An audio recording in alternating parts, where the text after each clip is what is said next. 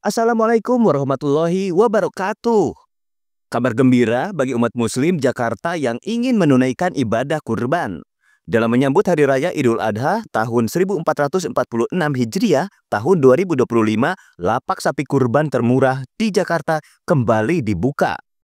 Lapak hewan kurban termurah di Jakarta, alamat lengkapnya di Jalan Ahmad Yani, Kafling 98, Bypass, Rawamangun, Jakarta Timur. Lokasi tepatnya berjajaran dengan Golf Rawamangun arah PGC Cililitan. Tepatnya di Hall Leo Trans, bus pariwisata. Menyambut kabar gembira ini, saya lakukan wawancara eksklusif dengan Bang Roy dan juga Ustadz Saiful Bahri untuk mengetahui syarat sunnah kurban, jenis hewan yang boleh dikurbankan, juga manfaat kurban bagi umat muslim. Pokoknya, simak wawancara berikut sampai habis agar tidak terjadi gagal paham. Oh ya, jangan lupa share dan subscribe video ini ya. Terima kasih. Nah, Pak Ustadz, maaf nih saya mau nanya, kenapa sih umat Islam harus berkurban, Pak Ustadz? Silakan, Pak Ustadz. Ya, karena memang itu adalah suatu pembuktian dari umat Islam kepada Allah tentang ketakwaan yang dimiliki. Andai kata malah ada sebuah ancaman dari baginda, kalau orang yang mampu lalu kemudian dia tidak mau berkorban, fala yaqrabanna musallana, maka jangan kau tempati atau kau dekati tempat sholatku, kata Rasul. Nah, ini beratnya bahwa orang Islam yang mampu untuk membuktikan tapi nggak mau berkorban, maka kata Rasul, jangan tempati atau dekati tempat sholatku. Sebegitunya ya. Saya ingin tahu hewan apa saja sih yang bisa dikurbankan, Bang? Hewan yang bisa dikurbankan itu bisa sapi, bisa kerbau, kambing, dan domba. Hewan berkaki 4. Sebetulnya yang boleh dikorbankan itu dipastikan binatang ternak. Jadi binatang liar kayak kijang atau yang lainnya itu tidak bisa dikorbankan. Walaupun halal. Walaupun halal. Walaupun kakinya 4. Walaupun kakinya 4. Mesti dipastikan. Maka harusnya binatang-binatang ternak. Artinya binatang itu memang diperlakukan baik oleh si pemiliknya. Ya, dikasih makan yang baik, dirawat dengan baik, karena memang binatang ini akan diserahkan kepada Allah yang maha suci, maka binatang itu harus diperlakukan dengan baik.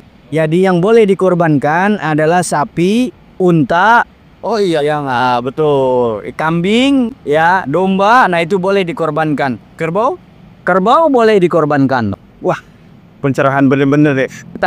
Saya nanya lagi tadi.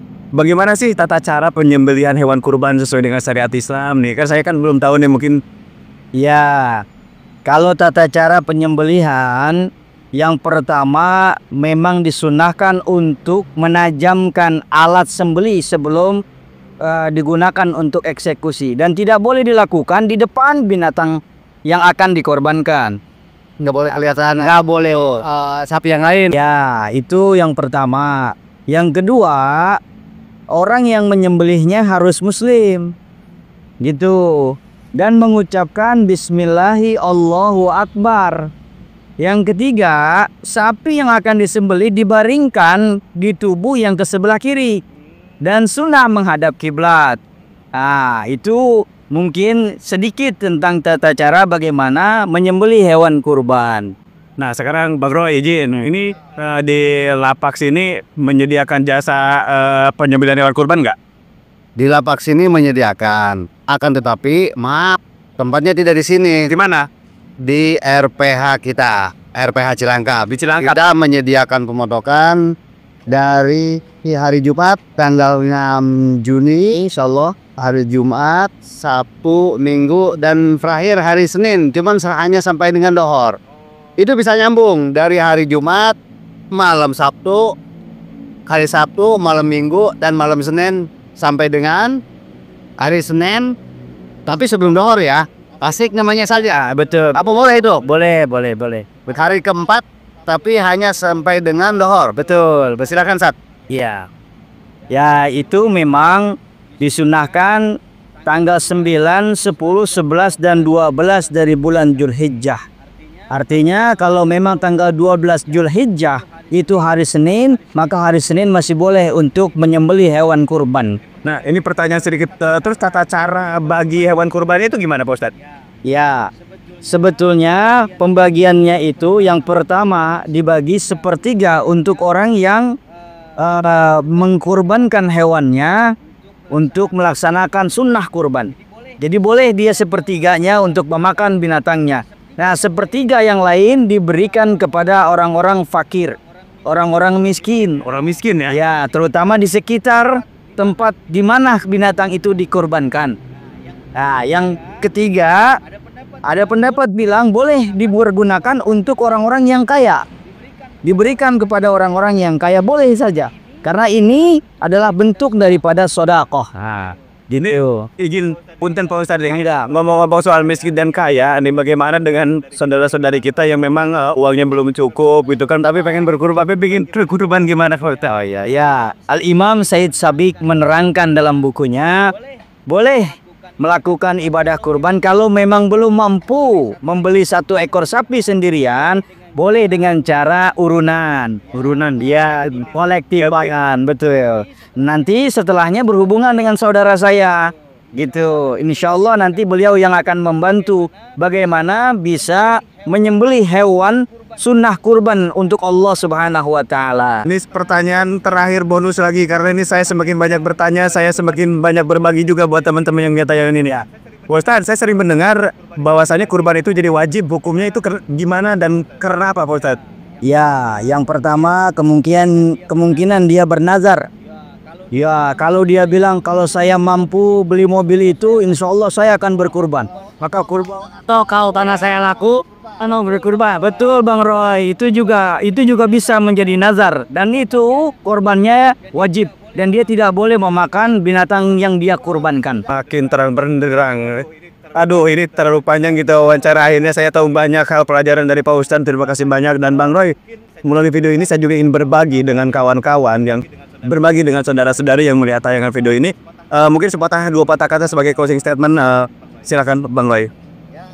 Ya, kepada seluruh masyarakat Jabodetabek, insya Allah kita menyediakan hewan kurban, prioritasnya sapi, tapi domba dan kambing pun insya Allah kita adakan. Dan istilahnya apa ya? Kalau harga boleh saya jamin termurah se-Jabodetabek. Terima kasih.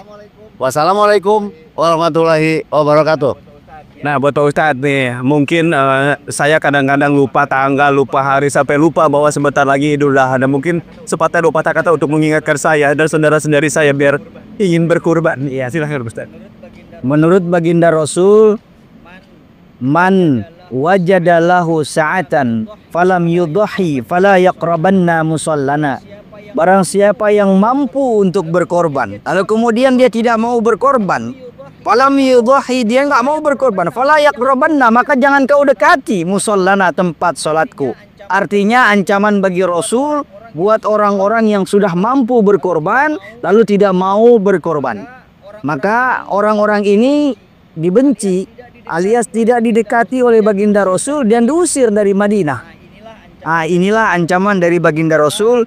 Maka bergegaslah yang mampu menghubungi saya punya saudara namanya Bang Roy. Silakan yang sesuai dengan syariat. Akhir kalam dari saya, billahi taufiq wal hidayah. Wassalamualaikum warahmatullahi wabarakatuh.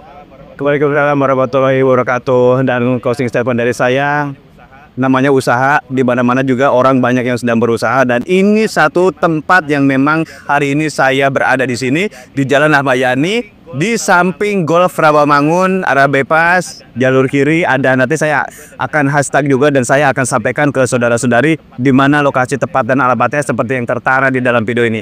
Saya Raja Karya mendukung program hewan kurban termurah se-Jabodetabek yang digagas oleh Bang Roy dan rekan-rekan tentunya. Karena dengan begini, dengan hadirnya di sini, lapak hewan kurban termurah se-Jabodetabek akan memudahkan saudara-saudari untuk bisa mendapatkan hewan kurban. Jadi gak usah repot, gak usah ribet harus nyari kemana-mana. Langsung ke sini saja. Saya Raja Karya, mohon pamit, dan semoga besok-besok nanti saya akan standby di sini dan nanti ketemu kita sama-sama bisa sharing, diskusi, dan sambil membicarakan masa depan yang lebih baik lagi. Terima kasih.